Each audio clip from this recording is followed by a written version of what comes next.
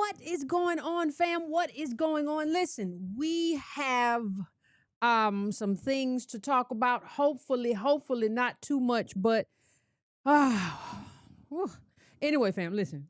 I first of all, I'm honestly kind of blown away today. So much has been going on today. I'm kind of blown away. I have never in my life, the biggest kind of display of whiteness. That little weird sound came back. Where did it come from? Anyway, I have never, in all of my days of experiencing America, have I ever seen the whitest of white presidents try to teach justice to a South African president.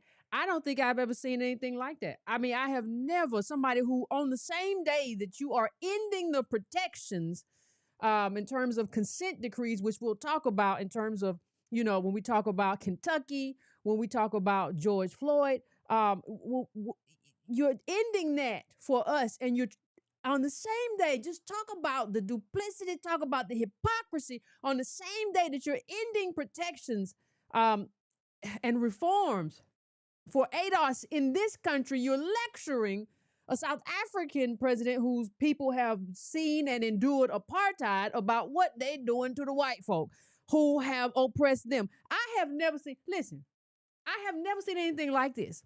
And the problem is these people can't just get up and walk out. In the middle of the thing, you just bring out a TV set, Donald Trump, or whatever he brought out, or a thing, and said, let me show you what's happening in your country, and let me show you what your people are doing to the white Boers, or the Boers, or whatever you call these people. This is the most insane time. Like, have you no shame?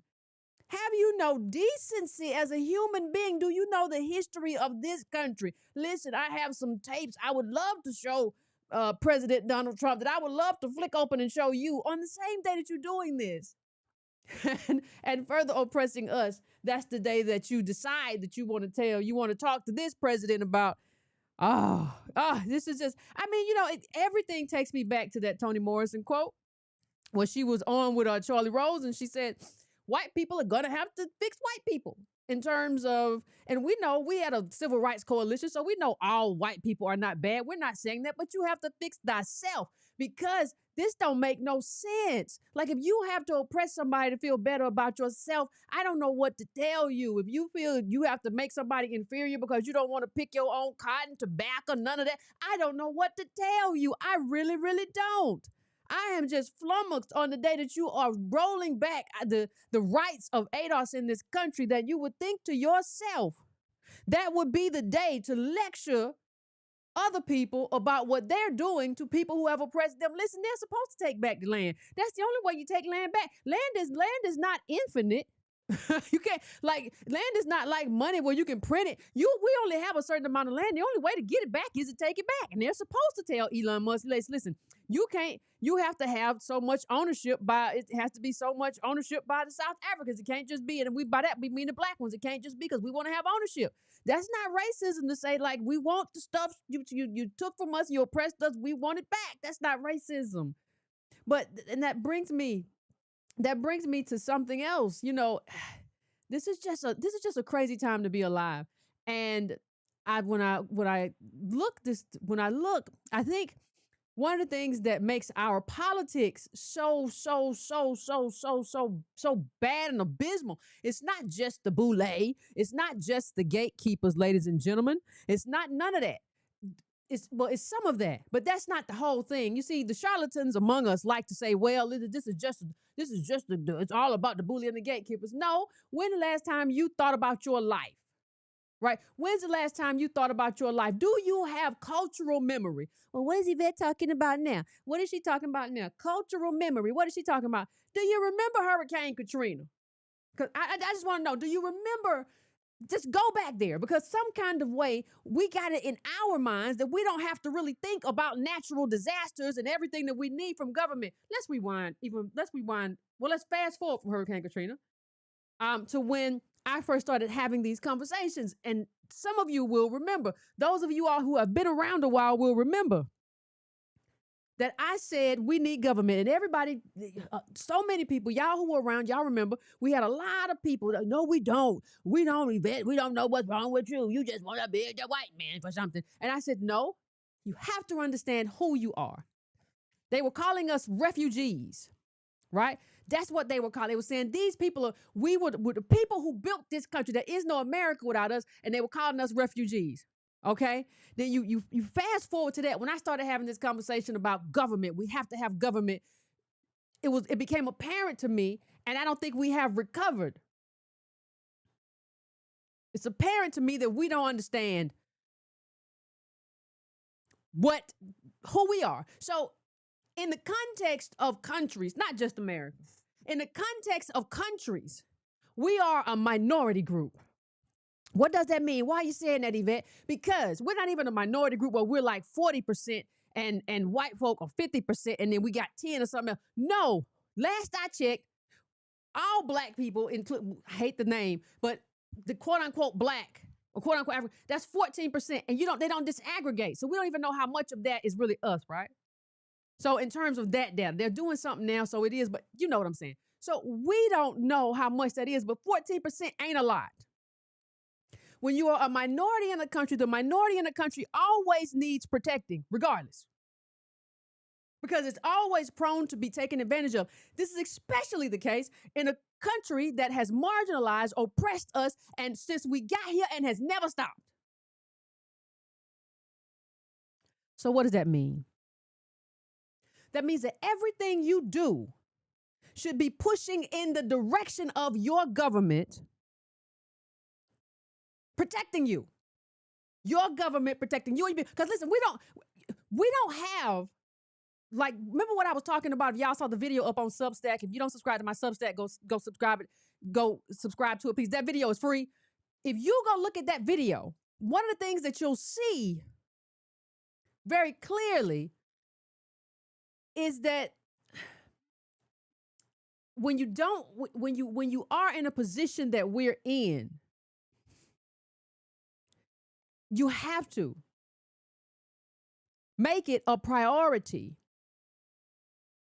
to protect the group that you're a part of, because we haven't even had democracy. I love when people talk about we're going to lose our democracy. We have not even had democracy since the 1960s, and it was not full democracy. We've never had full democracy in this country. So you have to always be calling on this country to stand up for you, because we don't have majoritarian rule, right? And I talked about that in the previous, I don't know which stuff that it was, but like, or maybe it might have been Patreon, but subscribe to stuff like anyway. But we don't have proportional rule. We have majoritarian rule, which means winner take all, right? So it is very easy for us to get abused because we're not the majority. So anytime that you have the opportunity, you should be pushing for protection.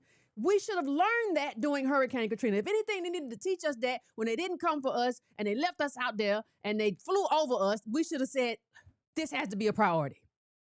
This has to be a priority. But no. We had a bunch of charlatans get in the way and decide that we can do for self. We can buy one Nike stock, and everybody started listening to them. And I spent like 3-4 years arguing with idiots who didn't know anything. And there are different variations of them everywhere telling you how to buy one Nike stock. They be wrong all the time, but hey, no accountability there, right? But if you just got included in this democracy or alleged democracy in the 1960s, let me remind you that the year of our Lord is only 2025. You have to protect that. So what we're looking at now, and it's not, listen, there's some stuff happening to everybody. What we're looking at now is FEMA taking its time. It's probably not, here's somebody's on the road, but so many people have been fired over there that FEMA said that they don't have enough people. But isn't here a Republican governor of Missouri who was all pro-Trump is now saying, well, we desperate for help. Well, Donald Trump has already said, and we got a lot of ADOS folks in Missouri. Donald Trump has already said, I want to send that back to the states. Now, here's another problem. When you want to talk about, we're going to get to the police. Right now, we're talking about the poverty. And that's included because poverty-stricken places are over-policed. That's why you have to have the government come in and do those consent decrees. And that's just reform. That's nothing radical. There's nothing radical about reform. Nothing at all. So he's saying now we're desperate. They got some FEMA people out there, but Trump has already signaled that he not doing none of what you're talking about no more. Well, what do you mean? That he's already signaled that he wants the government out of your life. He wants the government out of your life, not in your life. Wants the government out of your life. And everybody said to me, well, I don't know what's wrong with that. Why you don't send it back to the states? Do you remember the last time we had states' rights in this country? The Ku Klux Klan ran the streets. You're 14%, and that's an exaggeration because we're including everybody. That's not enough. I was talking, I was telling everybody a little while ago that I started reading stuff about how civil wars start. And forget about that. There's one book I'm reading right now, and I'm almost done. I started reading it Monday. I'm almost finished. But like the other part, the biggest part about that is, even if you wanted to do that, people talk about all kind of crazy stuff.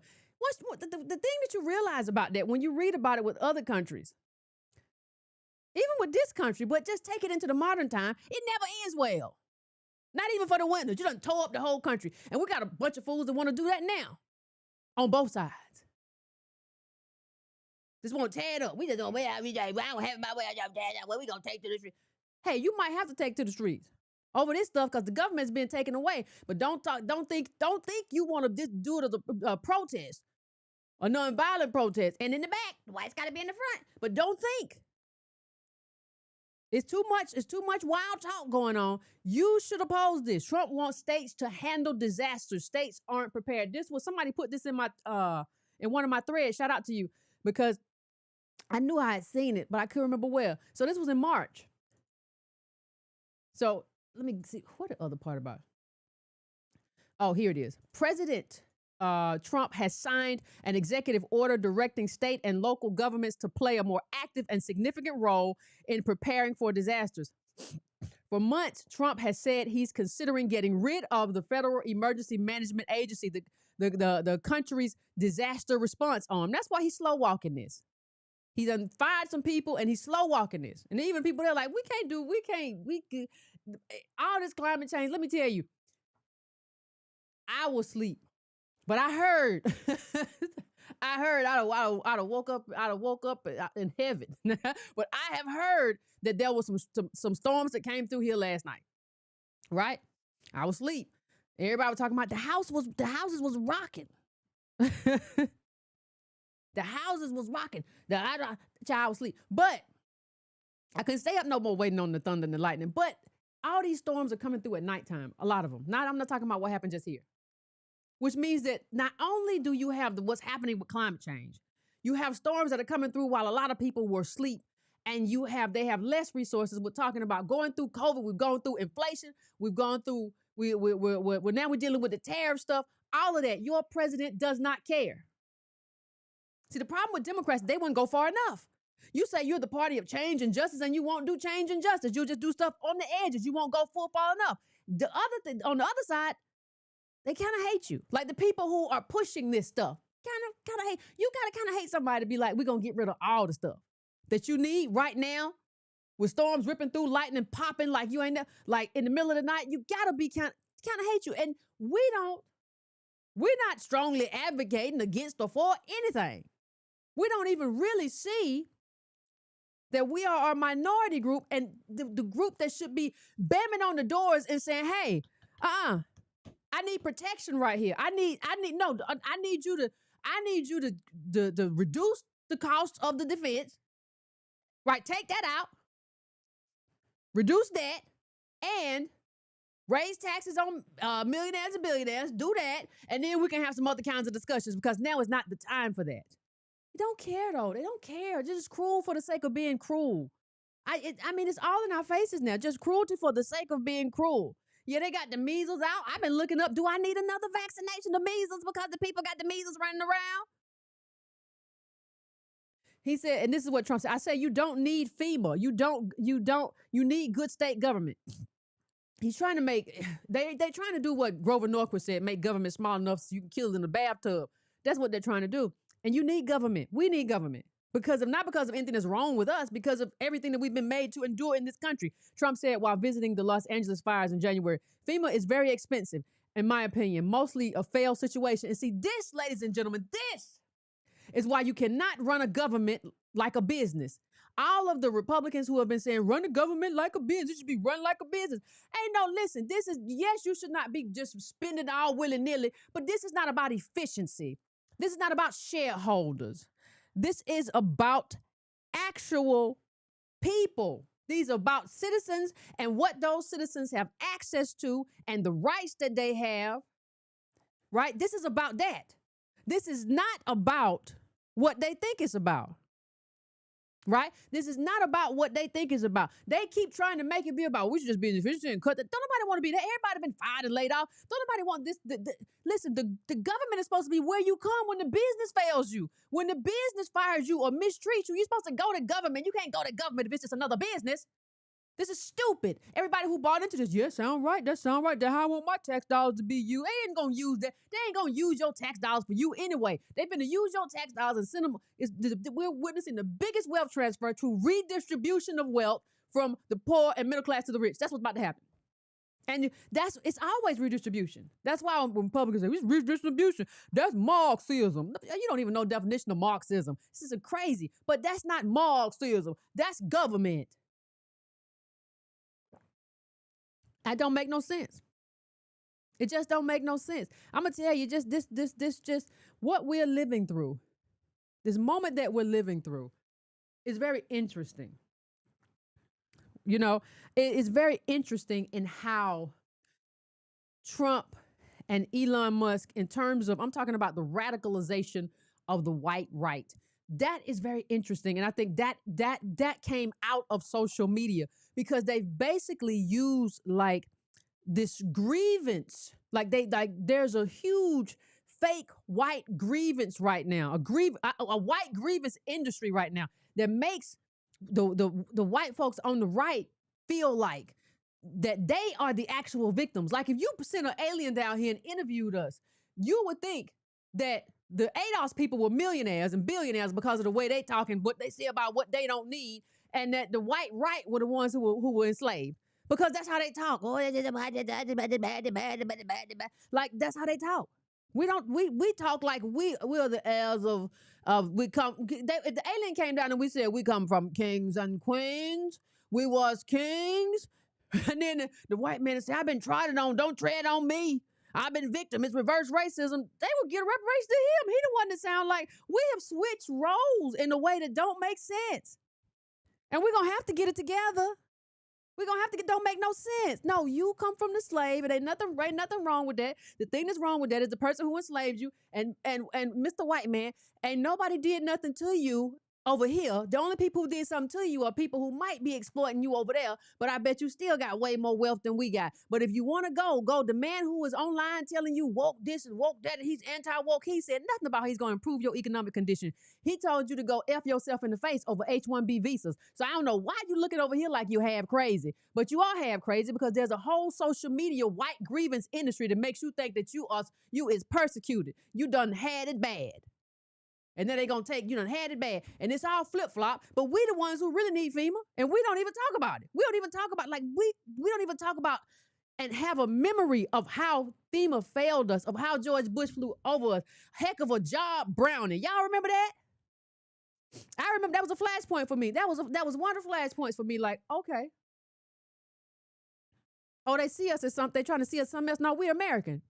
That's who we are. That's why I love seeing them. I saw some Katrina victims with American flags. Yes, that's who we are. No. You don't get to call us refugees. We're not doing that. We're not doing that with you. By what right do you get to call me a refugee? Because you didn't call the white folk refugees when a hurricane hit them, but we refugees like we come out of another country. That was a flashpoint. The second flashpoint was January 6th when the people was in there in the Capitol with handcuffs, like a guerrilla military. That was another flashpoint for me. We're in a bad way. Some people have a little bit of bloodlust, and they want to just inflict it on whoever they want to inflict it on.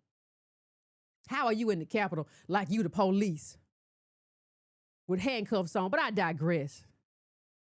Goodness, we need reform, and we over there talking talking too much. I ain't got no problem with saying something about what's going on with the Diddy trial, but we told you the Diddy wasn't done a long time ago, and y'all said not the diehard in the chat, but some of y'all too was like, no, he's black excellence, and what's better than remember what's better than 1 billionaire too, and all that junk. And we said, what's better than 1 billionaire? Not two. It's a stable ADOS middle class. That's what's better. It ain't, don't nobody need you. What are you doing except telling people not to kneel? Who needs you? We told y'all about all these folks. And now you find out, oh my God, he's a degenerate. He dressed up as like some Muslim lady and for some kind of threesome with some worker named Punisher. Yes, he's degenerate. None of this stuff surprises me. Like, there's nothing in that case that's gonna surprise me. This is a degenerate person. Do you think he's only degenerate in one area of his life? Like he's only degenerate in like music and how he's gatekeeping and how he's keeping publishing and stuff? You think he's not degenerate in all other areas? Child. I cannot. We are most in need of reform. And not looking at the way reform has been taken away from us. This is just, it is a mess. It is a mess. Without FEMA, states would need to find thousands of additional personnel to inspect damage, distribute disaster aid, and plan the rebuilding of public infrastructure. Without federal funding, states would, same thing, would face billions of dollars in recovery. After Hurricane Irma in 2017, Florida relied on more than $5.5 billion from the federal government. Now, where do you get your billions from? I'm just asking. I don't mean to be disrespectful, but where do you get your billions from when it's time to rebuild for the do-for-selfers? We gonna get out there with some concrete? No, you have to have the federal government. That is something. And Trump is trying to change that arrangement. That's what the slow walk is. They still got people out in, North Carolina? What was it? And Trump told them he was going to take care of them. And now they saying that they ain't taking care of it. That was all talk. Yes. It was just a play. That's what, listen, Trump is good at that. He could come in there and tell you, it's going to be great. It's going to be a big, great plan. It's going to be the big back budget. It's going to be the big back budget. It'd be the little back budget. It's what he just talk. Like and that's one thing that people don't understand. Like they play different. And Trump he exposes how they play different. They don't play. Like, normally people don't lie so blatantly. They lie in a different way and come back and tell you how they had to negotiate and stuff happen. So you never really know it's a lie. Trump will come back and just say, well, did I say that?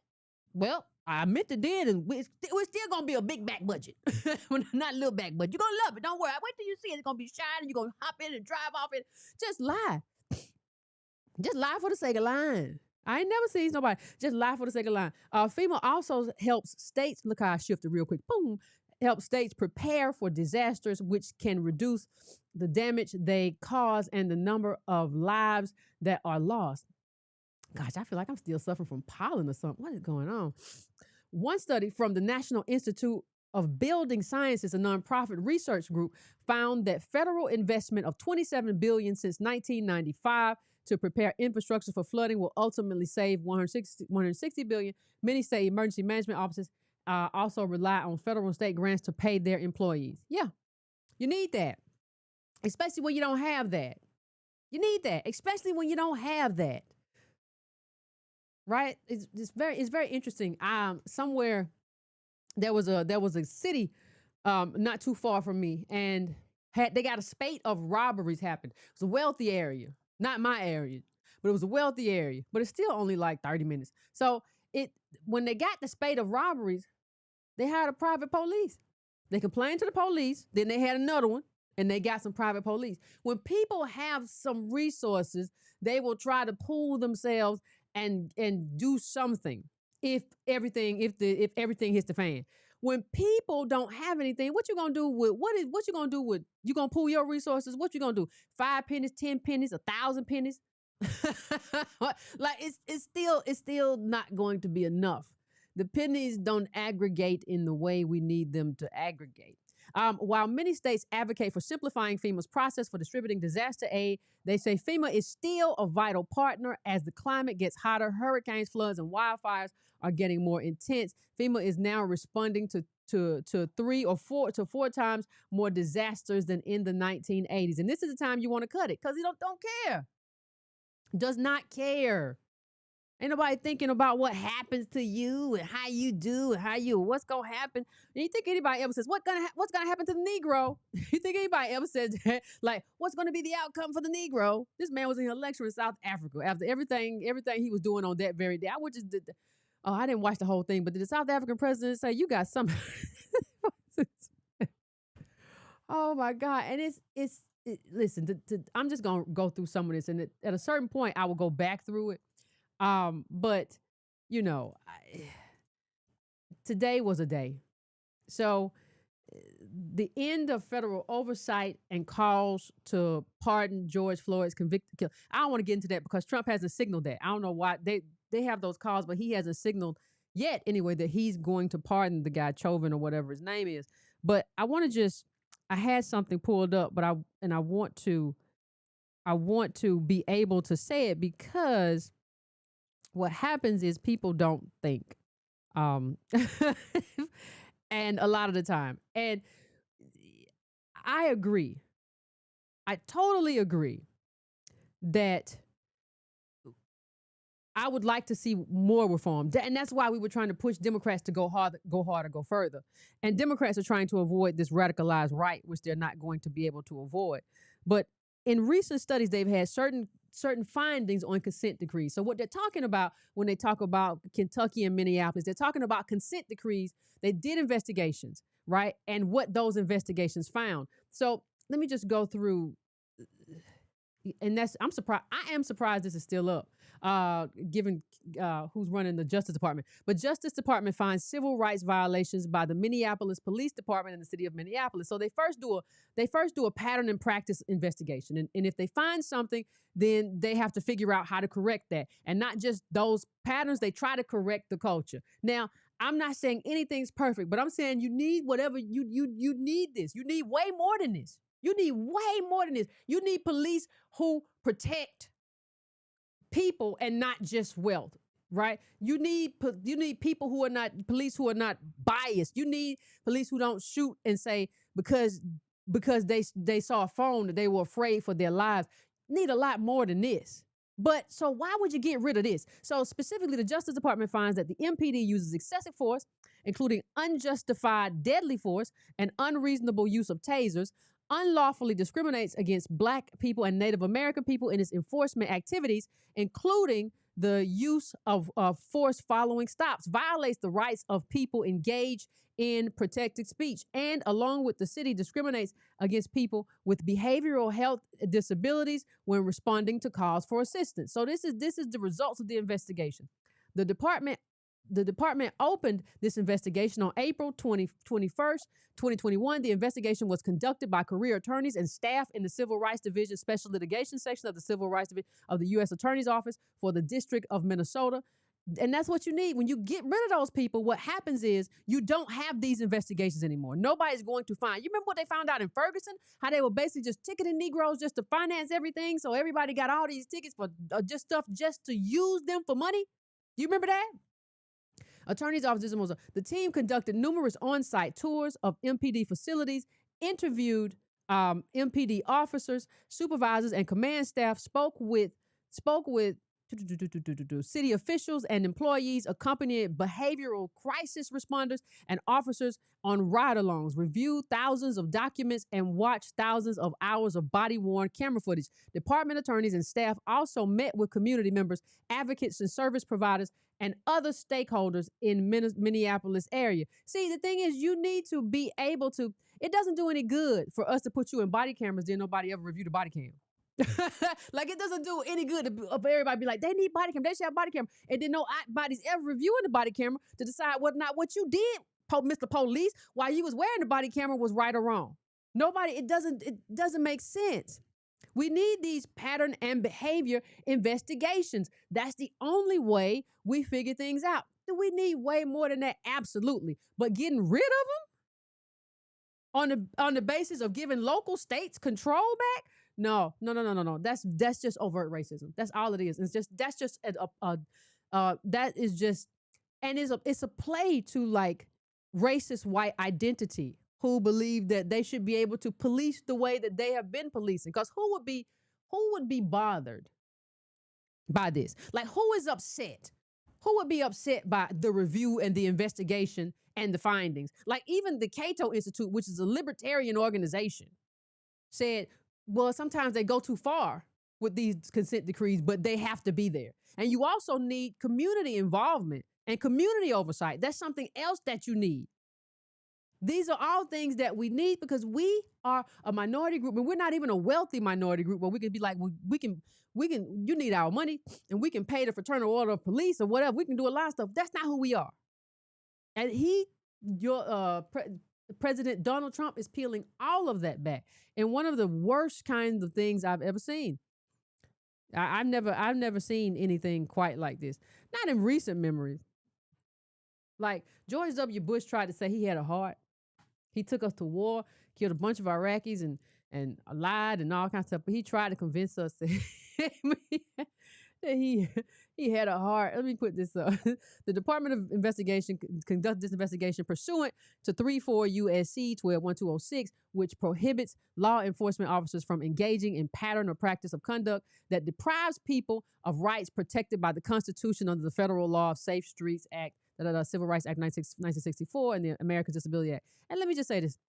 Republicans are going to have to also give up pretending like they ever cared about the Constitution. Like, give up that. We all know. We know better now. All this stuff, we know better. You got to get this up. You have to give up because everything that's happening around us right now is unconstitutional. I can't even believe it was just a few years ago. It was Republicans all up and down the street waving around their little constitutions, talking about it's not about I'm not racist. That's not the problem I have with Barack Obama. It's the Constitution. He's against the Constitution. If you cared about the Constitution, Trump ain't even supposed to be doing tariffs right now per the Constitution. If you cared about the Constitution, you would have 10,000 problems right now. You don't. If you cared about the Constitution, you would have been fine with Barack Obama because Barack Obama was a milquetoast president. There was nothing to be upset about. There was nothing for any white person and any right winger to be upset about. He wasn't doing nothing transformative. He was middle of the road. He was center left. That was it. It wasn't nothing to be upset about. You were don't tread on me. They don't even try to fake it no more. They ran around on January 6th with little handcuffs and they but they just take authority. But that's the creation of race. That's what whiteness does. It just kind of makes you think that like if you partake in that kind of right wingness, and sometimes even if you don't, because we got a lot of liberals who partake in the racism as well. But it kind of makes you think that whiteness isn't of itself an authority. So you get to run around with handcuffs. Who would you gonna tape? I keep thinking about him. Who would you been in handcuffs? And by what authority and what right? And you don't see that. You don't look at that and know that there's something wrong with you, that you was in there trying to handcuff her. What would you go, Nancy Pelosi, Chuck Schumer? Who would you go, Mike Pence? Who was you looking for? And Trump was out there talking about you all are great people and this was a stolen election. Child, it's too much. It's just too much. Now they're trying to take away and you lecturing, you over there. They got to stop. And this is just one. This was just one. This is one of 8 investigations into law enforcement agencies opened during this administration by the Civil Rights Division of the Justice Department under Section 12601. The department has ongoing investigations, I'm wondering about everything, into the Phoenix Police Department, the Mount Vernon Police Department, the Louisiana State Police, New York City Police Department, Special Victims Division, Worcester Police Department, Oklahoma City Police Department. The department has issued Section 12601 findings reports in the past year regarding Louisville, Orange County District Office, and the Sheriff's Department. Yeah, this is a lie. They had additional findings, and this is Louisville. Justice Department finds civil rights violations this is 2023, by Metro Police Department and Louisville, Jefferson County Metro Government. Let's see what they got. They got a long list too. Uses excessive force, including unjustified neck restraints and unreasonable use of police dogs and tasers. Conducts searches based on invalid warrants, unlawfully executes search warrants without knocking or announcing, unlawfully stops searches, detains, arrests people during street enforcement activities, including traffic pedestrian stops, unlawfully discriminates against Black people, and its enforcement practice violates the rights of people engaged in protected free speech and critical of policing, along with Louisville discrimination against people, behavioral health disabilities when responding to people in crisis. Listen, this is a lot of stuff to be doing wrong. And they about to, the way it's looking right now, Trump's about to unleash these people back on us with no reason, except I want to give it back to the local people, and I think they've done too much and it's overstretched. No real reason, no, none. Everything, ladies and gentlemen, everything that matters to you is about to be cut, which means we are upending a trajectory where we're trying to do the right thing, or at least looking like you're trying to do the right thing and doing some of the right thing and not going far enough. And that's my problem. Democrats, we should have had this fixed by now. Everybody should have dealt with these neo-Confederates. Instead, the Democrats wanted to go chase the voters. We got to go chase the white voter. Child. They don't, the ones you're trying to chase don't really like you no more. And they don't like you because of culture, because you run around talking about stuff and you don't do stuff. And Trump convinced them, at least the part that were working class, that he was going to do something with them. Yeah, he was for them. Yeah, he was lying. But like, you went around talking just a bunch of junk. And then the stuff you did do right, you couldn't even talk about it. But you didn't do it. And then you had your whole base who was ADOS, and we're not going to do nothing specifically for you. Okay, then what are we doing? But hey, the loss wasn't our fault. Them Latinos got y'all good. But listen, we as ADOS tried to bring this party back in alignment with its actual values, and it will not do that. As the poorest of the poor, we want you back in alignment with the working class, because that's us. But y'all won't do that.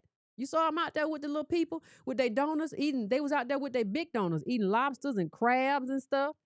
And on lobster rolls and stuff, and with the millionaires and billionaires. This is not a working people's party. You needed to be a working people's party before you can get to being an ADOS people party, because you need people to understand like what we did and what we built.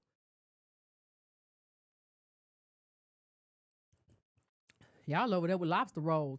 The Republicans have always been the rich people party. That's always been the wealthy people party. We ain't got but one party now. That's the problem. We got a party. We try. And you got another party that's like rip apart the Civil Rights Act, all of it, tear it down, burn it up. I mean, good. Them choices ain't right. Choices ain't right. Oh, let me go on. Them choices are not right though. I'm just trying to say we need better than this. Now they're trying to rip apart. Hey, everything gone. That's all I'm gonna say. everything gone. Why Washington's huge tax bill is worrying bond investors. That's only part of it. Let me see the other part. They got some huge cuts coming. Where is it at? It's coming. It's like a ton of bricks. House GOP lawmakers are proposing nearly $1 trillion in cuts to Medicaid and food stamps. Now, Trump has said he don't really want cuts. I think that's just cover. But I think it's cover too, because a lot of white folks is on Medicaid. And a lot of places that look at the speaker. Like, a lot of white folks is on Medicaid. He said, I don't want to make it, but they still saying they might do it. And as I said before, we are a community. So what happens, people love to talk about me and what happens to me. And maybe, I ain't on Medicaid. Listen, it's somebody, we normally live around each other. There is somebody in our community, in our neighborhood, who is on Medicaid. More than a few people. There's some few people who are on food stamps. We have discrimination on every level. That includes employment discrimination. That includes wage discrimination. We don't have wealth. So we have people on everything. Let me tell you what happens when the things that we depend on are taken away because of multi-generational oppression. Then you want to know, all of a sudden this person loses their house. We saw it during the 2008 crisis. Then this person, they got kicked out. They was on Section 8, cutting that, right? So if we talk about all the stuff that's getting cut, at a certain point, your community ain't a community no more. You got what they call blight. You live in a blighted neighborhood now because too many of the homes are empty. Too many of the homes ain't got nobody in there. So now you also got little people, what they call it, squat. Somebody was squatting not too far from me. They said, oh my God, I saw the squatters. They had a golf cart. What? The squatters? Your whole neighborhood changes. Everything changes. So you have to stop thinking about stuff just being about you as an individual, and you have to think about, go look up. Like, how many people in your county are on food stamps? How many people in your county are on Medicaid? How many people in your county are on different things? And a lot of these people, even when you talk about crime, you have a lot of young people who live with their mama, live with their grandmama, who are not going to see that person hungry, are not going to see that person go without. So you have poverty crime, you have crime spikes, you have all kind of stuff going on. You got to think about that. And you have to think about what that means. Trump has repeatedly vowed not to touch Medicaid. Remember I said, because the white folks is on it. If we was on it, it'll be, he would have said, cut it down. While GOP lawmakers insist that their proposals would largely affect adults who could and should, in their view, be employed. But the actual impact would likely hit far broader range of Americans, including some of the most vulnerable people the GOP has promised repeatedly to protect, experts say. They include children, people with disabilities, and senior citizens. 1 in 5 Americans rely on Medicaid for health care. So I want you to think about that. I mean, just think about it. Who can't get their medicine? Now you got to pay for it. We don't have anything in place where our medicine is affordable and where everything, our health care, we don't have universal nothing. Obama came in and promised universal health care and gave us Obamacare. And they all, I don't even think that. What can you say? What kind of boondoggle is this?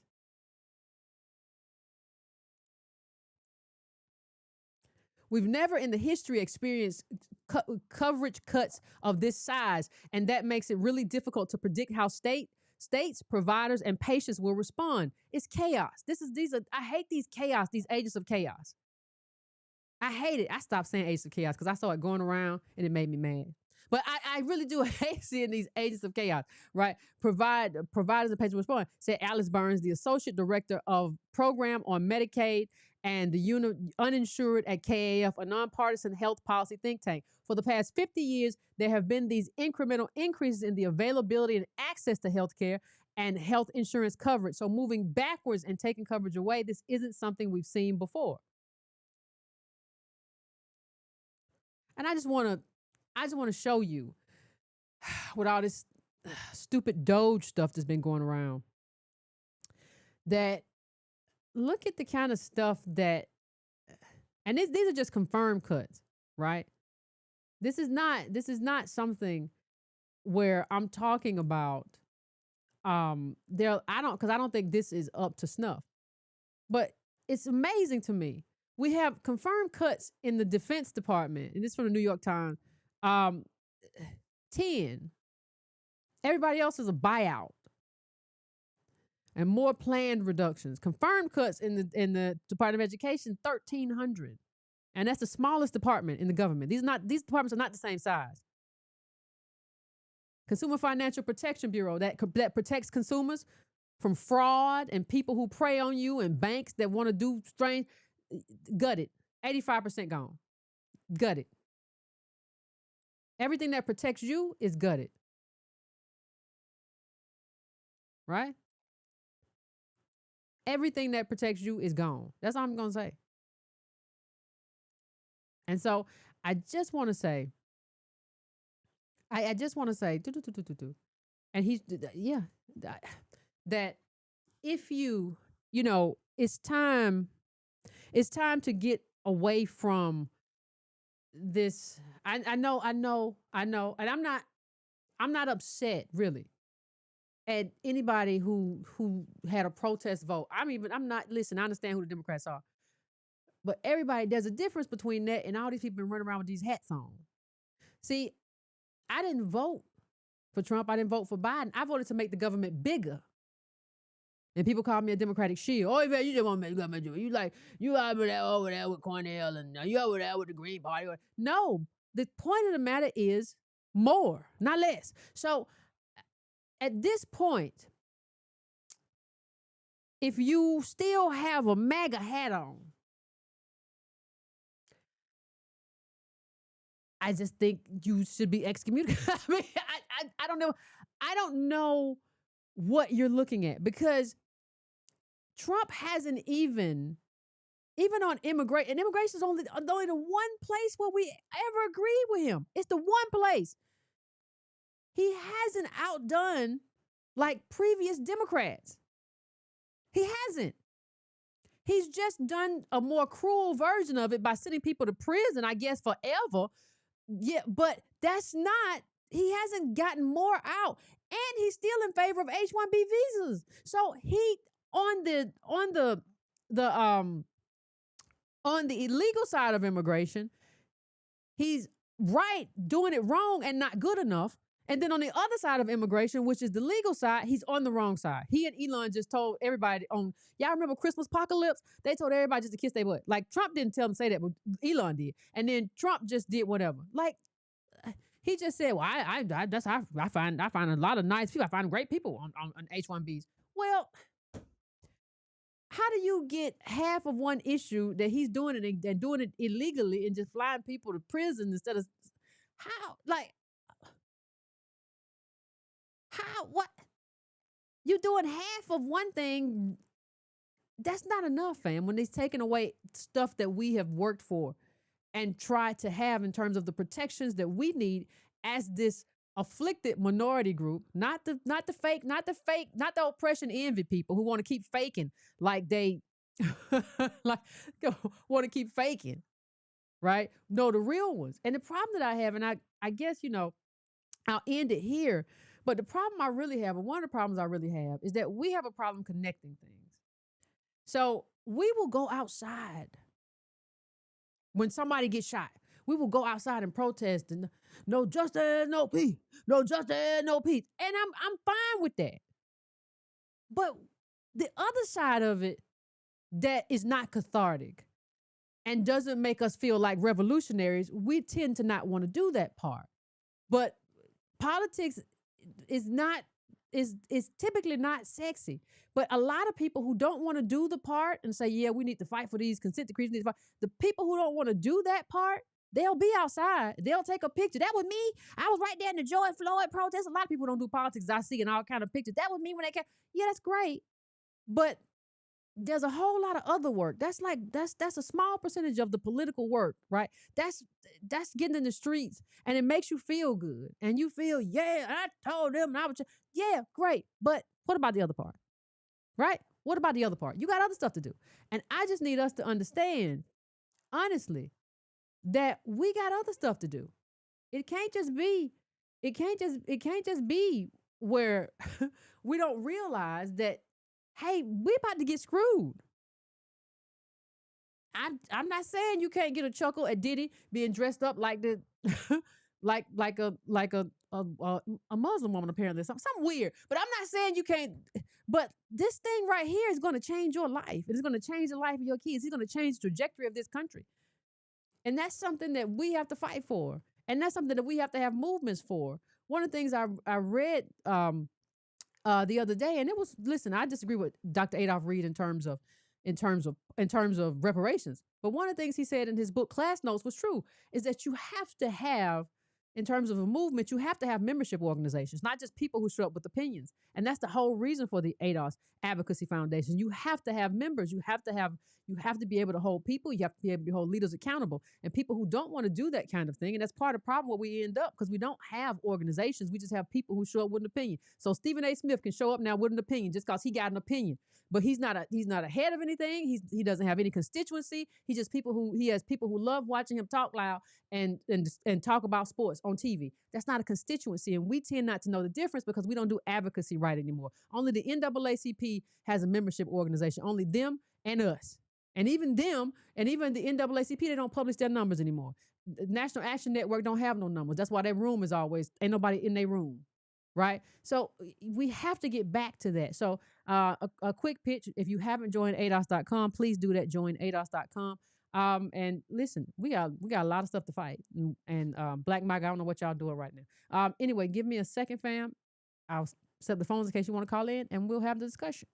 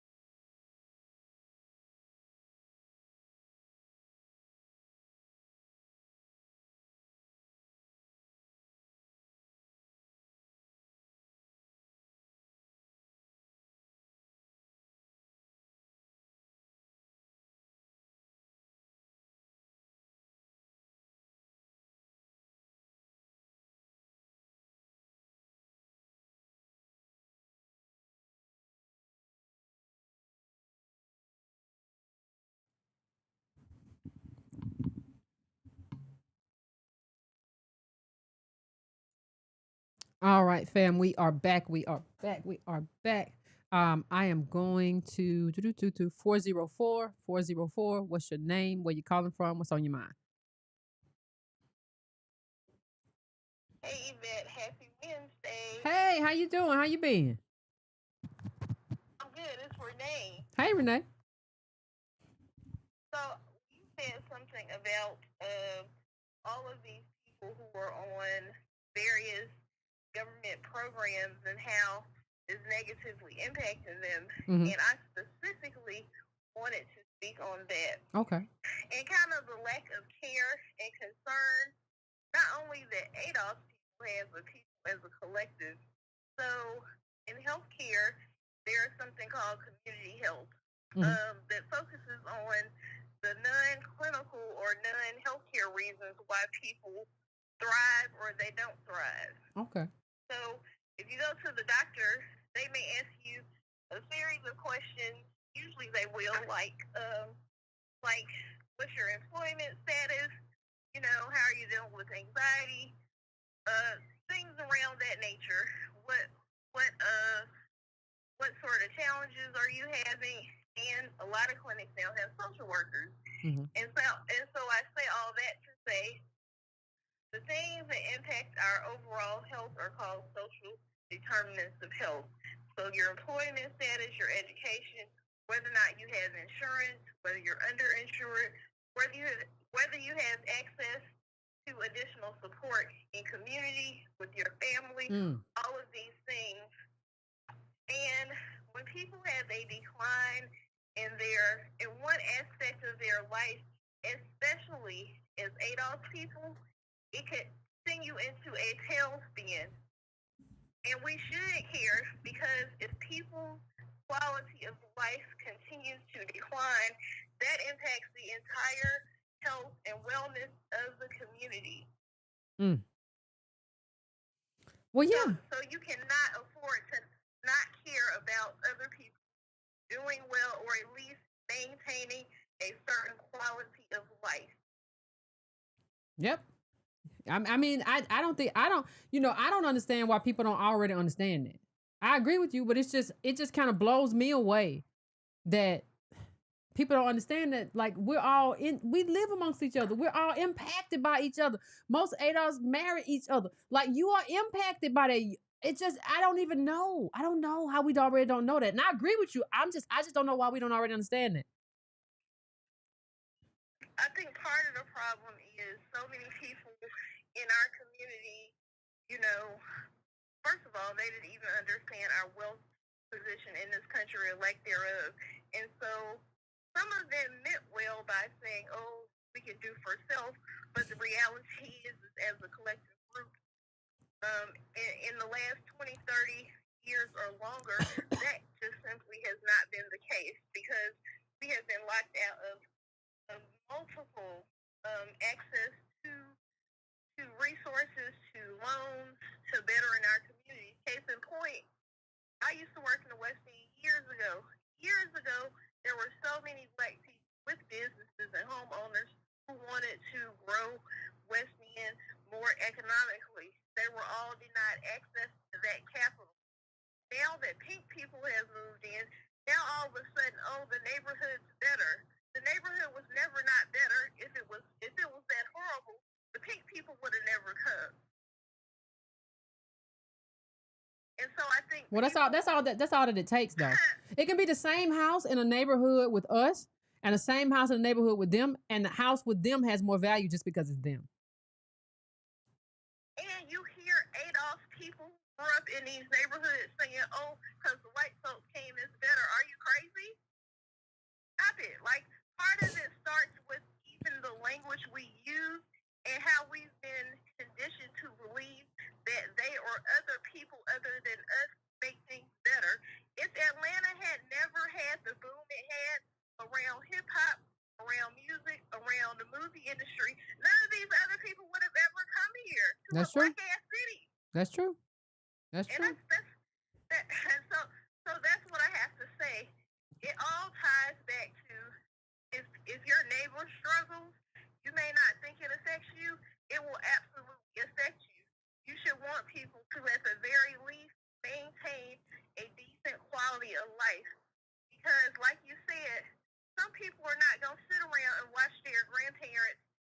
Well, struggle, no, and they're gonna commit crimes and, to and get what they need. to your point, like somebody broke into my car the other day. I think I left it unlocked. So so they just but when I went in there, the side door was still open. Right when I came outside, the side door was still open, and the you know how the lights are on when the door is open. So the side door was still open. Somebody had been through the through the dash and took everything out and been through the middle console and everything, and it was just like, hey, I'm just like, we're gonna see a lot more of this though. You know what I mean? Like this is not gonna be as isolated when you start cutting all these cutting all these plans and stuff. You don't understand how that's gonna impact you. Okay. All right. Okay. All right. Okay. Well, I'll let you finish, fam. And I just want to end on this. Although I grew up in the church and I'm not religious in my adult life for a variety of reasons, I have always pushed for a community for years to advocate for the least of these. Mm-hmm. Because when you advocate for the least of these, everybody else is automatically covered. And I need people to if you say you care about people and you care about community, and I'm speaking specifically as ADOS, you can't care about, if you don't care about where these homeless folks sleep or don't sleep, you don't care about community, you don't care about self. You don't. Yep. And I think and we can leave it there, fam, because I think most people are just talking. And thank you, fam. I appreciate the call. I think most people are just talking. I think they just talking. They talk this community culture stuff. No, not really. It don't come down to it. Like community means we stand up for each other. We care about each other. If you can't do that, we're not community. 832 832. I dropped you by mistake. Call right back. 832. I dropped you. I hit the wrong thing. Call right back. 832. My bad. 945 945. What's your name? Where you coming from? What's on your mind? How you doing, Yvette? Pretty good. How about you? Hanging in there. You covered quite a bit on this show today. It was a lot. And you're on point, on focus, and bringing back Hurricane Katrina as a focal point, I think is really important. What I wanted to share with you is two studies. Okay. And I think this is really going to be on target for the subject matter tonight. Okay. First study conducted by the National Institute of Health. It's entitled The Mortality Rate of 100% Service-Connected U.S. Veterans. So what they did was they went through all of the records of the military veterans who achieved a rating of 100%. And they disaggregated it by race and by gender. So a lot of people, they think of, veterans and veteran service, they may think of people who have lost limbs, and that's correct, post-traumatic stress. But listen to this. For both white males and white females, the most common service-connected condition was post-traumatic stress. For American Indian or Alaska Native male, it was post-traumatic stress. For American Indian, Alaska Native females, it was. For Native Hawaiian males, it was post-traumatic stress. For Native Hawaiian and other Pacific Islander females, it was diaphragm paralysis. Mm. For both Black American males and Black American females, it was psychosis and schizophrenia. Damn. I'm That's the sorry. first study. The second study, not from the National Institute of Health, titled New Evidence of the Nexus Between Neighborhood Violence, Perceptions of Danger, and Child Health. Scroll down here. It says, I'm going to read a small excerpt. Some research has been indicated diffuse adverse neighborhood condition may be especially likely to affect health when accompanied by neighborhood violence. Susan Stockdale and colleagues, for instance, found that people who experience violence in disorganized, high-crime neighborhoods were especially likely to develop anxiety and depression. Additionally, upon examining data on adolescents From the Environmental Risk Longitudinal Twin Study, Joanne Newberry and co-authors detected cumulative effects of negative neighborhood social conditions and violent victimization on psychotic experiences. Specifically, those who were victimized in more socially adverse neighborhoods were more likely to report psychotic experiences. Your veterans come from somewhere in America. They come from your neighborhood. And I've been telling people this for a while since I found this first study, which is that it's not so much that the experience of war throws us over into psychosis or causes psychosis. It's that we come from a crazy background to begin with, based upon our historical experience in this country. Mm-hmm. If you don't have your mind together, you don't have anything else together. That's a full stop right there. All the stuff that we've been through, the general experience of being ADOS in this country is one of perpetual gaslighting, which is not good for your mental health. We even do it to ourselves. In that, I grew up listening to elders, so-called elders. I call them elders. They just ain't Negroes who got old. Yeah. Say that, well, it's in the rap music. It must be in that boopty boopty boop music. What's very interesting is that I also found a short video on David Hoffman's channel. And this video is called The Government Built Public Housing. What a disaster. It's 6 minutes and 44 seconds on YouTube. What's interesting is that it covers the building of Robert Taylor Homes, which was the first projects, talking about community again, projects in Chicago, this country. This documentary was shot in 1964. It's in black and white. Those homes were built in 1962. And within 2 years, within this 6-minute video, you can see all of the conditions. And she talks about all of the conditions that rap music has gotten blamed for in 1964. You can see the drug dealing. You can see the heroin needles. You can see the elevators that have broken doors so people are falling down the elevator shaft. You can see all of this nonsense. And so our general condition of having poor mental health has caused that we can't even properly identify cause and effect. We're blaming it on later generations. So I just wanted to that psychosis thing is really big. It's that psychosis thing that what you talked about is really big. So what it really goes down to too is just like the environment like breaks us really. Like that's what's happening. Like psychologically, like you're not meant to be in an environment like that where you are under stress, anxious, and scared all the time. And it breaks us and it creates psychosis. Because psychosis is in a lot of ways a fracturing. And so that makes sense. Yes. Oh, and I do have a question for you. Go ahead. Have you ever seen the child maltreatment studies? No.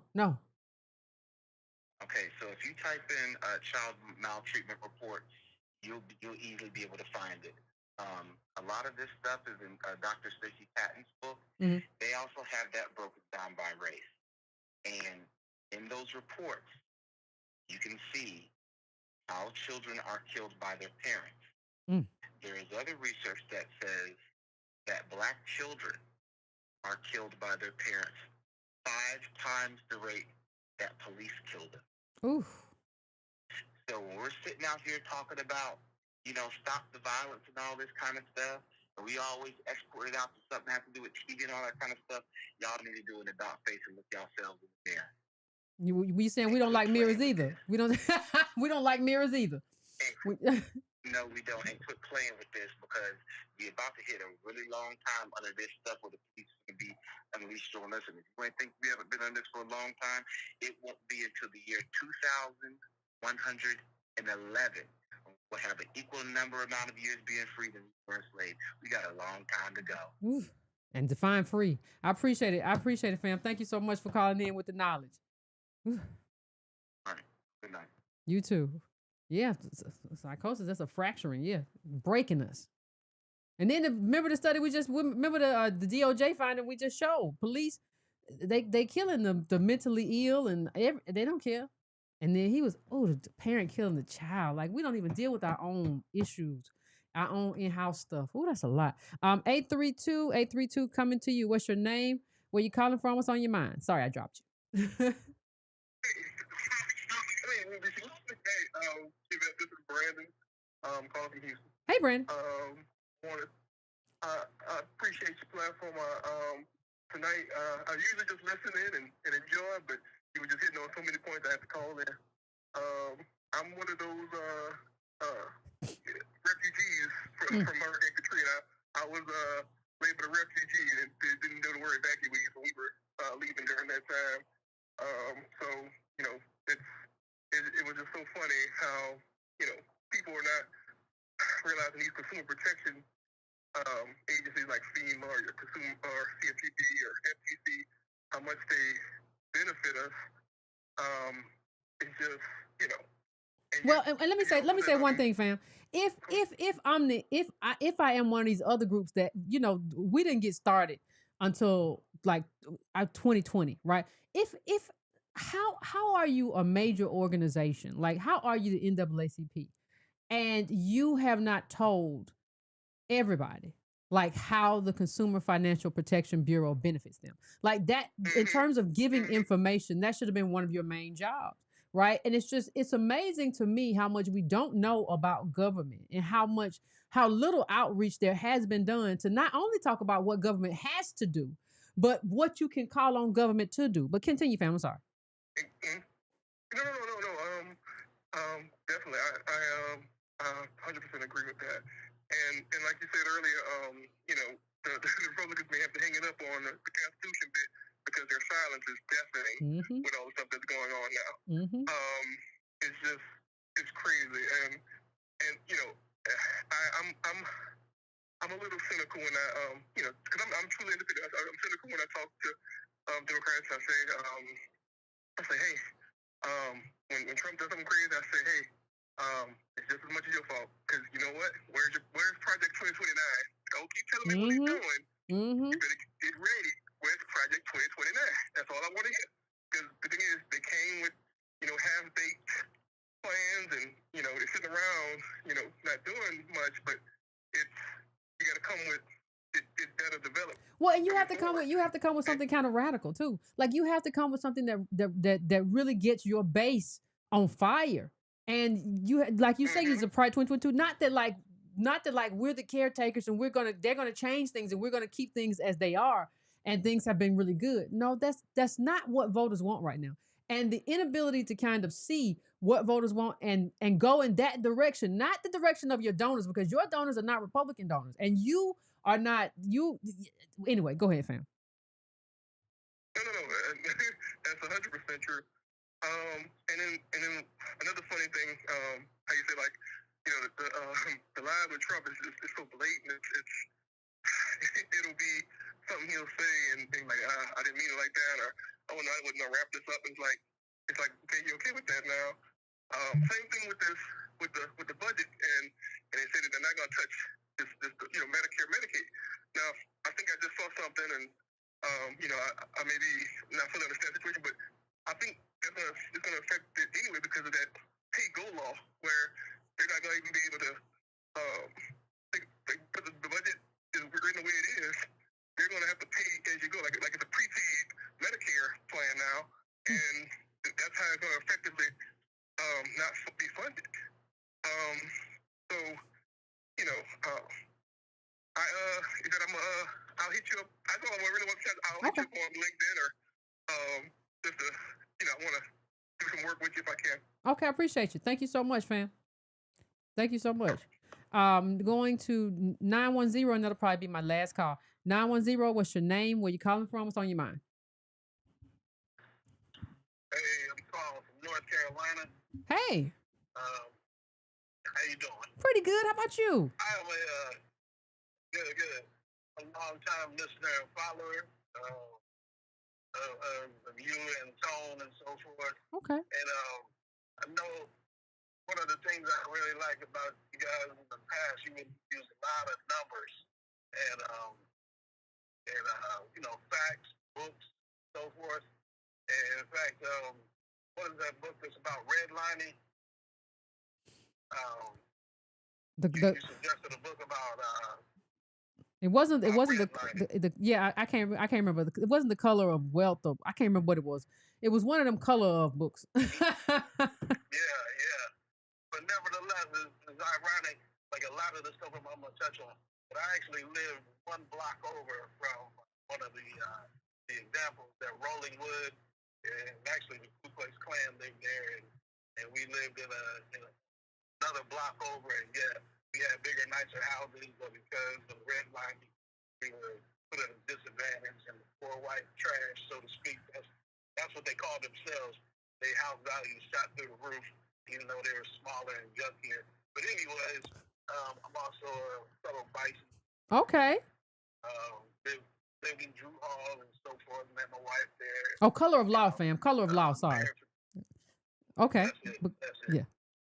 So nevertheless, I've read a lot of the things that you suggest and other things as well. But in just studying politics and studying life, growing up in Oakland, California, and Richmond, California, and then going to Howard and living in North Carolina, I've seen a lot.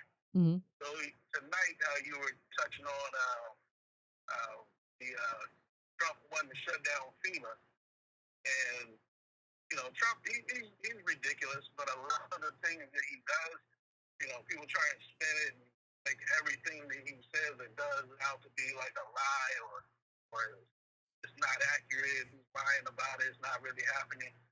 But I personally saw FEMA go down into Asheville, occupy all the hotels, and these were people in suits who were not doing anything to help the people in Asheville. They took up all the hotels. They were intercepting goods that other people were trying to send to them, like a trailer full of chainsaws, shower shoes. They were intercepting things and making them disappear. So they were working against the people who were actually trying to help, and this is all FEMA. So FEMA does need to be gotten rid of. And I can't go. Wait, hold on, fam. You gotta verify this. If there's a news story or something that says FEMA was getting rid of the food or something, then please feel free to send it. But I just don't want to engage in anything conspiratorial. And let me just say this: even if there were some bad actors in North Carolina, that doesn't mean get rid of FEMA. We can't jump there. That's not what you learned at Howard. You too old. You didn't learn that. Well, no. Well, I'm not saying I learned that at Howard, but what I've seen personally is I've seen that most states, when you untie their hands and these quote-unquote good old boys, country people who got old school grit, old school grind, who don't live in their mother's basements, who will get out and do stuff, they'll take care of things way faster and way better than a big bloated government. They don't have the money. Wait, hold on. Let me say something. The states are telling you themselves that they don't have the money. Like the good old boys are telling you that Republican governor just told you we need FEMA here. The good old boys are telling you we can't do it without FEMA. They're telling you that themselves. That's not anything that I'm saying. They're telling you that. No, what you do is you move FEMA out the way as the middleman and let the federal government give the money straight to the state. You look at the most prosperous states, the states with the best education, they don't really have. So why aren't the states? So why aren't the states calling for that? So if that's the best idea, why aren't the states calling for that? If that's the best idea, why aren't the states calling for that?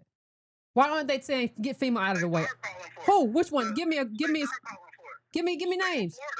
The state of Florida. They said just give us the money. Not just FEMA. The board want that. They want them to get out the way and send them the money directly. They'll do much better with it. No, they do want the. What they said is that they do want the process. They said they do want the process streamlined. They said there is too much red tape. They did say that, but they didn't say we want FEMA gone. They did not say that. The majority of them have not said that. I haven't seen one. Like, is that you talking about DeSantis said it? I mean, just being in North Carolina, people were crying for FEMA to get out the way. Why would you occupy all the hotels? I saw this firsthand. Why would you occupy all the hotels that people needed to live in, and you in suits, and you're not doing anything but sitting on your laptop and finding hotel rooms in the whole area, and people who are homeless can't get into a hotel. Yeah, they want FEMA out of the way. That's not what I'm saying. Like I'm reading something right now. I'm reading something right now. Hold on. I'm reading something right now from white North Carolinians who are saying they got betrayed because FEMA isn't doing anything and Trump isn't doing anything. So this idea that the majority of people want FEMA out of there because you saw some people going to hotels and not doing anything. We all know that FEMA didn't do enough. And that's what people are saying. FEMA came down here and didn't do enough. We're still suffering. We're still going through anything. That does not mean people want FEMA gone. I have not seen that sentiment. Yeah. So you and I both know, and you're a content creator, and you're out in the world and you make content. You and I both know that most sources of news media now, they're untrustworthy. The ones that people are trusting now are shows like yours and other shows that you see on YouTube who have nothing really to gain from it. They're just telling the truth. But when I corroborate this with other creators. But what I'm saying is that when I see people interview people directly, that's what I see. When I see people interview North Carolinians directly, they don't say get rid of FEMA. They say FEMA hasn't done enough for us. Where is FEMA? We're still suffering. Exactly. So they haven't done enough. Get out the way. No, you don't. No, that's the impasse right there. That's the impasse. That's the impasse right there. That's good. I'm in Georgia. Good. We both in the South. Yeah. Well, hold on. You gotta listen. We're gonna have a discussion. We can't have a discussion. Yes, I can tell you about where you live. Just same way you can tell me about Georgia. You can tell me something about Georgia I don't know. Like it does, just because I can tell you about where you live. Like y'all gotta stop with that. Like listen, this is where we part ways. Let me just say this is where we part ways. When something isn't working as it's designed to work, you do not throw it away. You make it better. We have a government for a reason. We have government agencies for a reason. They are better at disaster preparedness than your North Carolina government, than Georgia government, Tennessee government, Alabama. They've been doing it for years. They've been doing it for decades now. So if you want something to be better, we have to make it better. I don't think you make it better by giving it to the states. And I don't see most governors demanding that. I don't see most governors saying, I want to take it over. That's just not what I see. And I don't think it's smart anyway. I'm not a big fan of states' rights. Everybody know that. I know, but I can tell you, here's the proof right here. Donald Trump won the popular vote. Most states and most people want big government out of the way. They wanted to go back to small government, let the people handle what they need to handle, stop tying our hands. I'm a real estate investor. You know what I got to go through to just change a light? I got to go downtown and get a permit to change a light to a ceiling fan. That's ridiculous. Let me ask you a question. Have the legislation out of the way. I agree. No, I agree with that. I agree with that. Democrats have too much bureaucracy, and that's why we don't. As part of the reason we don't have more affordable housing in blue states. I agree with that. I agree with you there. That's right. But hold on. Gosh, there was something else you said. That I wanted to kind of get to. I lost it real quick. In terms of, gosh, what did you say before that? When you were talking about the real estate investor? Dang, I had a good point. Bureaucracy or the Oh no, I got it. You said that Trump won. You said that Trump won the popular vote, and that means that the country wants small government. Now, what would you say if I told you that when Hillary Clinton ran against Trump, she won the popular vote? But he didn't. When he got in office, the first time when he ran against Hillary won the popular vote. Trump didn't get in office and say, well, that says that most people want bigger government, so I'm still going to govern in a slightly bigger government way. But by your analysis, he should have said that because Hillary did get the popular vote. So that should have been the way it went, shouldn't it? That's not how it shouldn't have been the way if that's what the popular vote means. Not necessarily. What it was people saw, they had an idea of what he was about, but then they saw what he was about, and the proof was in the pudding. And from that point on, you don't have to speculate what he's about. You can see what he did during his first run in office. Oh, I see what he's about. So then when he won the Weekend at Bernie's came along, and him and Kamala ran the country, and then you got an opportunity to see a compare and contrast, and then people were like, whoa, I want Trump back in office. And and that's exactly what happened. You didn't answer my And that's question why I though. was You on didn't answer my landslide. question though. I just want to know. I just Nobody want to know what it says Nobody about the even country. voted for, nobody even voted for Kamala to be an I didn't office. ask about Kamala. I didn't ask about Kamala. I asked about Hillary. I asked about Hillary. Hillary won the popular vote. If that's what the country was, like, Right. I mean, if that's what the country was just a few years ago, right? I mean, you didn't. Right. I'm sure you didn't take that as a signal that the country wanted to be liberal or anything, did you? Why should I take this as a signal that the country wants small government? I took it as the country wanted to experience a woman president. We wanted to move forward and show them, we were open-minded and so forth. And so why can't you take this? So why can't you take this as the country wants another man president? Like the lesser evil. What's that? I said, why can't you take this that the country wants another man president? If Hillary was a sign that the country wanted a woman president, and why can't this be a sign that the country wants to go in a different direction, have a man again, or something like that, feel like it got a daddy or something? Why isn't that the same here? Because now you have data. Now you have data, and you have a recent experience between the two presidents. And Kamala didn't do anything when she was there. She flat out said, we black. She flat out said and laughed about it. I'm not doing nothing for black people. I was one of the first people to put that out. Like, I got called for the interview, so yeah, I know. I'm aware. I'm aware of all of Kamala's failures. That's right. That's right. And you know what's funny? So growing up in Oakland, I knew Tupac back in Oakland. He used to come with Humpty Hump or Shop Digital Underground to this movie theater I worked at. Anyway, long story short, I knew it. But she was talking about smoking weed and listening to Tupac and Snoop. He wasn't even rapping yet. Hey, how you gonna listen to his music and smoke weed and laugh about it and he wasn't even rapping yet? He was a dancer. I don't care about Tupac or the weed. I don't care about that. I don't care about that. But the point, I was just making a quick point. Just growing up in different places, I've seen like the truth. But Kamala, she was always lying. We called her cop. They always lie. They're all lying. Trump is lying too. Like, I don't know one of them that is not lying. They're all lying. Trump is not telling you the truth. He said he was gonna take. Hold on, wait a minute. Trump said when he came in office, he was gonna fix all the stuff in North Carolina, like all the stuff. He went to North Carolina and told all of y'all that he was gonna fix it. He was gonna go in there. They was gonna do it. And it was gonna be a big beautiful rebuild. From what I'm seeing, you ain't got your big beautiful rebuild yet. Well, come on. It's one. There's a whole lot of stuff that has to be done first. Permitting, you got to do demos, you got to get a whole lot of stuff cleared out, which I have personally seen happening. Like I said, I'm in real estate and construction, so I know the process. You're talking about, and here's the thing, that was a land grab move. So you got to get through the politics of all of that. They want minerals out of there. That's why the people were treated the way that they were. They really want the minerals. So the Biden have to go. So the Biden have to go through. So wait a minute, was Biden slow because he had to go through all the politics too, or was it just Trump that got to go through all the politics? Yeah, Biden never even visited North Carolina. Yeah, and Trump did, and that's the only difference. The biggest difference is one of them visited and one of them was late or some stuff. Yeah, Biden through FEMA offered $750 loans, and Trump came in there and is making stuff happen. You can drive through there now. You can see it's happening. So that's not what they saying. One is about it.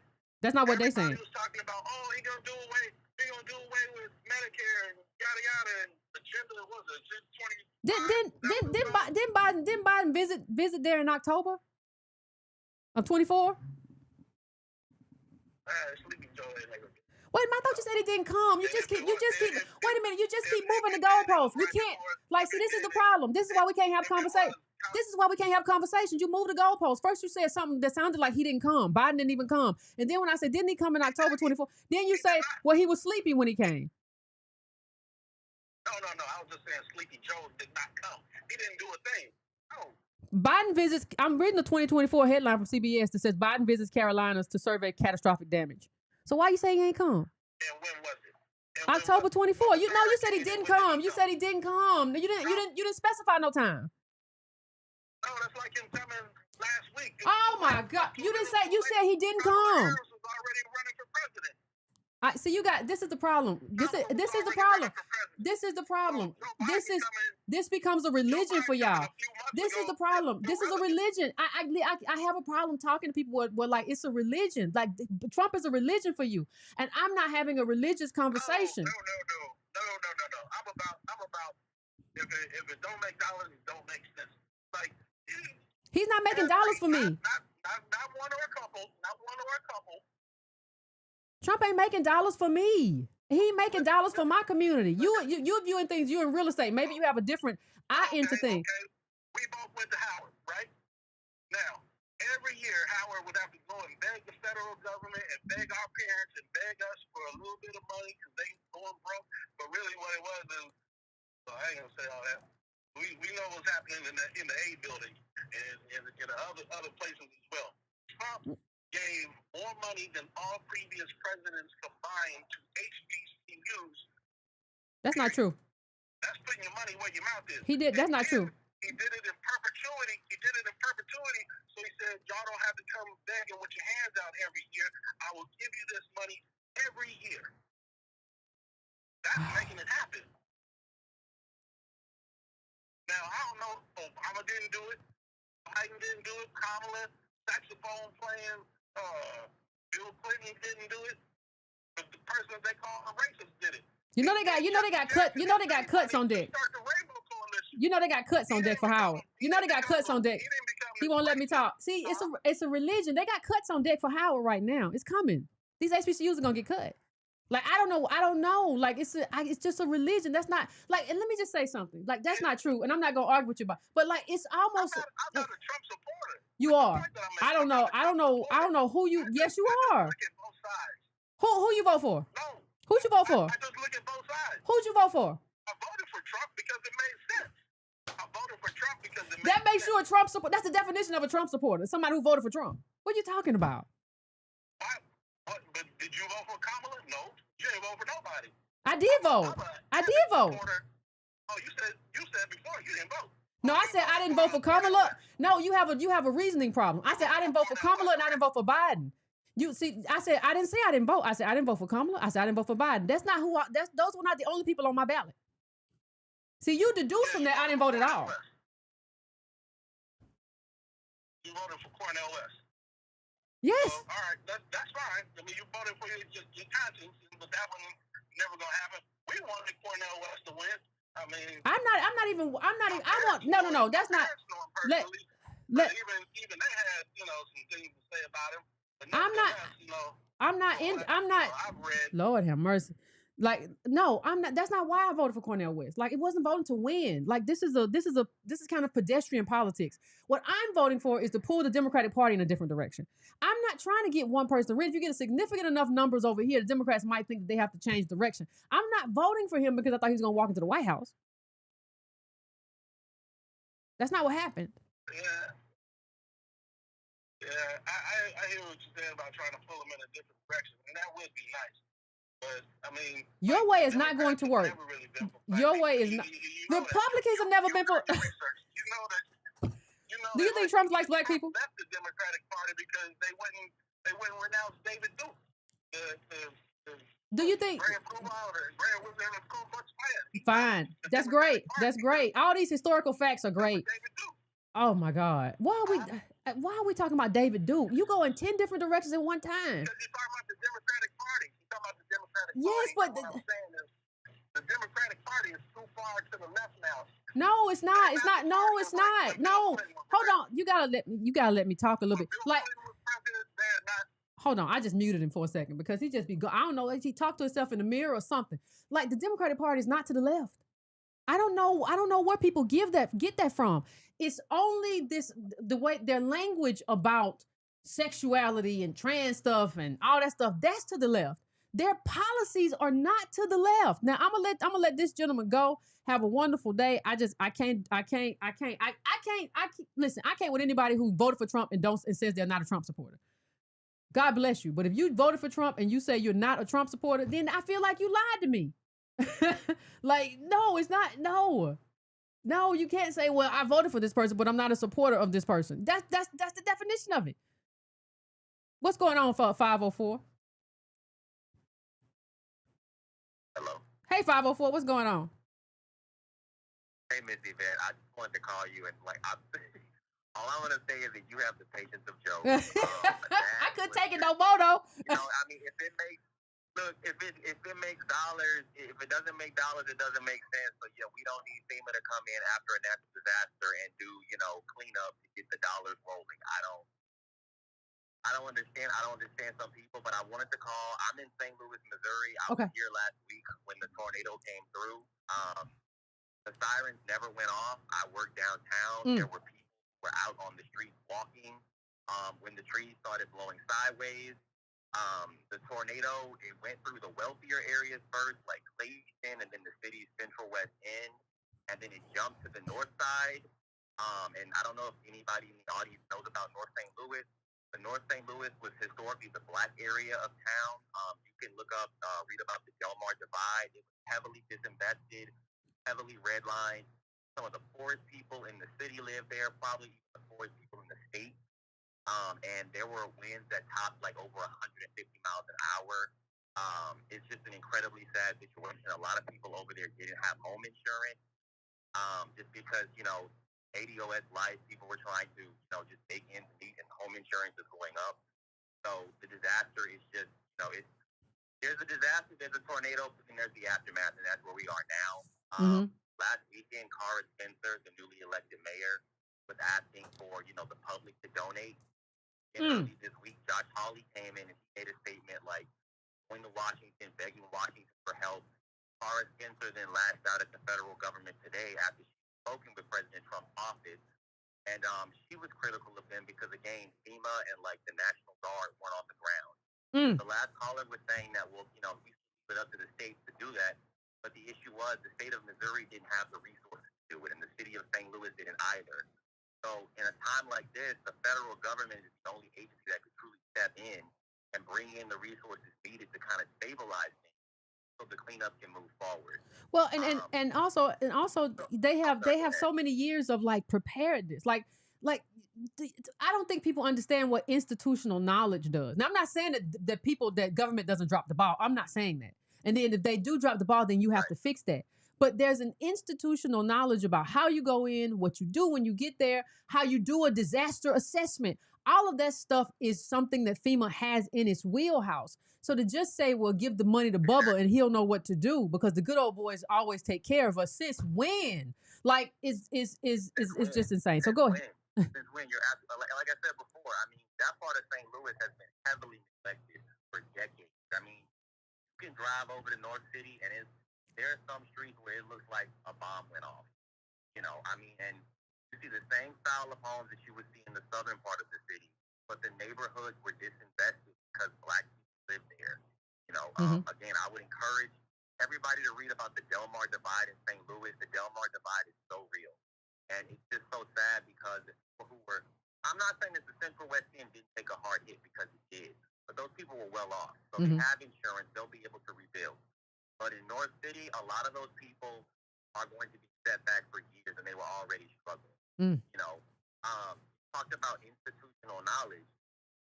The thing is so the last time a tornado actually came through the city of St. Louis, I want to say it was either in the 1920s or in the 1890s. So again, something like that just hasn't happened in a long time. So the city, even though we had sirens, the sirens didn't go off because apparently the National Weather Service couldn't get the notifications to the emergency management people, turn the sirens on. And then, of course, the state doesn't have the resources because typically that doesn't happen in the city. So like you said, with institutional knowledge, the federal government would be the agency to come in and, and keep things moving to just stabilize the aftermath of this disaster. So I just wanted to call in just to share my own knowledge from No, I appreciate that. I appreciate that. That last caller was just very obtuse. Well, and God tried to save me. Because I dropped. Where do you own property? Because lots of people are investors here, and I'm sure they want FEMA to come in right now. When you have a tree that's in your building, or the entire back of your building has been blown out, and you don't people can see in your house. Yeah, and the thing is, like I said, it was my fault because I dropped him by mistake. And said call back. That was listen, God was trying to save me, and I I didn't listen. That's He what was happens when you trying don't to listen. save all of us. Yeah, I was trying to save all of us. But like, I don't know, because it's just, I don't even think people understand that, like, people go to school, people, or they used to, like, you can go for disaster preparedness. How are you going to now, and the governors have not asked for it. And third of all, like, I don't even remember in my memory a Republican president ever saying we should get rid of FEMA. I don't remember that. I saw a Republican on TV the other day said we absolutely, anybody who thinks we can get rid of FEMA is crazy. That was a Republican on my TV. So this idea that, yeah, that sounds reasonable. I think we have this idea people have that, like, well, that makes sense. Yeah, it makes sense to people who don't know what they're talking about. It makes sense, but it don't make sense to the people who actually work in disaster preparedness, that you need to come out and start taking care of stuff, everything from checks to whatever they got to take care of. It doesn't make sense to them. No, you're right. You know who else it doesn't make sense to? People who live in areas that were affected by disasters. So many people here who have homes that are damaged right now want FEMA on the ground. They want FEMA and they want the National Guard. I mean, it speaks volumes that Josh Hawley, senator from Missouri, and then Carr Spencer, the Democrat mayor of St. Louis, are both like singing the same tune to Washington. Please send help. Yes, please send help. I don't know where that man came from, but I just wanted to call him because my blood was boiling the whole time. And let me just say this, fam. You can say the one place where I agree with him, Democrats do have too much red tape. It is way too much. That's why it's cheap. That's why it's cheap. It's cheaper to live in a lot of red states than a lot of blue states. That's not analogous to the need to dismantle FEMA. No. The government, like. Yeah, and there's a way to say we can cut red tape without saying, well, we got to get rid of FEMA. That's not the same thing. Like, yes, you should cut red tape too, and you should be able to make stuff less expensive and give people affordable housing where you live. Can't nobody afford to live in New York, California. Can't nobody, Chicagoans, Believe. Can't nobody afford to live in half the places that Democrats rule. You got to do something about that. I agree with that, but what that got to do with shut down FEMA? Right, because the thing is, I mean, you look at the area of St. Louis that was hardest hit again, North St. Louis. Are they going to go and rebuild a lot of the homes where people lived, or are they just going to raise them and then gentrify the area, and then all those people end up getting displaced? So those are conversations that I hear among people in the community right now. Katrina, they displaced them. Too early to tell. I'm sorry, what was that? I said, remember Katrina? A lot of people got displaced. I meant to bring the statistics, but yeah. No, you're absolutely right. And I'm from the Gulf Coast. I remember Katrina very well, and so like those are the things that people are kind of thinking about here now. Like, how do we move forward? How are we going to move forward? You know, and I mean, like during Katrina back in 2005, there was not talk about dismantling FEMA. FEMA showed up late, but they showed up. You know, here, FEMA's gutted, the National Weather Service is gutted. You know, so it's just, I mean, I don't know how things are going to look moving forward, but I don't want to tie up the lines, because I'm sure, you know, there are other callers, but I do want to say thank you for taking my call. I appreciate you. Appreciate you, fam. Thank you. Good night. You have a good one. Yeah, that's gonna be it for now. And listen, somebody said Diddy went to Howard. He dropped out. I don't do that. I don't do that whole thing everybody else do, where you honorary just cause you. No, I don't want to hear about nobody that. If you didn't finish, I don't want to hear about him or Ta-Nehisi Coates. Neither one of y'all finished. You gotta go. I don't want to hear nothing about none of that stuff. You had a baby. I don't want to hear nothing about that. If you ain't walk across that stage, I don't want to hear about it. Don't talk to me. Ooh, it is what it is, fam. I'm just saying. I appreciate him though. Yeah, come on, man. And we gave, one of the things we figure out when we gave to the states, like, it's a lot of white nonprofits now that have replaced like state agencies in terms of doing stuff, and they have their own little metric of how they doing stuff in terms of how they give out money and do stuff. Child, you stand yourself up for corruption. Them good old boys, all right, you want to make the fiefdoms, you want to make the little white fiefdoms more powerful. I see what you got going on. I see what you got. I see exactly what you got going on. Anyway, fam, I'm tired now. So no, Coach did not finish. He did not finish. He said he got his girlfriend pregnant or something. Oh, he did not finish. No, he didn't. I don't even know why we have out it all the time. Coach, he went to Howard University. Don't never say graduated. It makes me angry. People who put in the time, that's 4 years of your life you'll never get back. You gotta go to high school and college. Jeez, that's a lot. It's a lot. He ain't finished nothing. He was real big. Anyway, let me go, fam, before I get myself in trouble. I'll talk to y'all later. Please don't bother nobody. Don't let nobody bother you. But take care of yourself. And if you're on patreon.com/ycarnell, I will see you Friday afternoon at 2. All right? Take care, fam.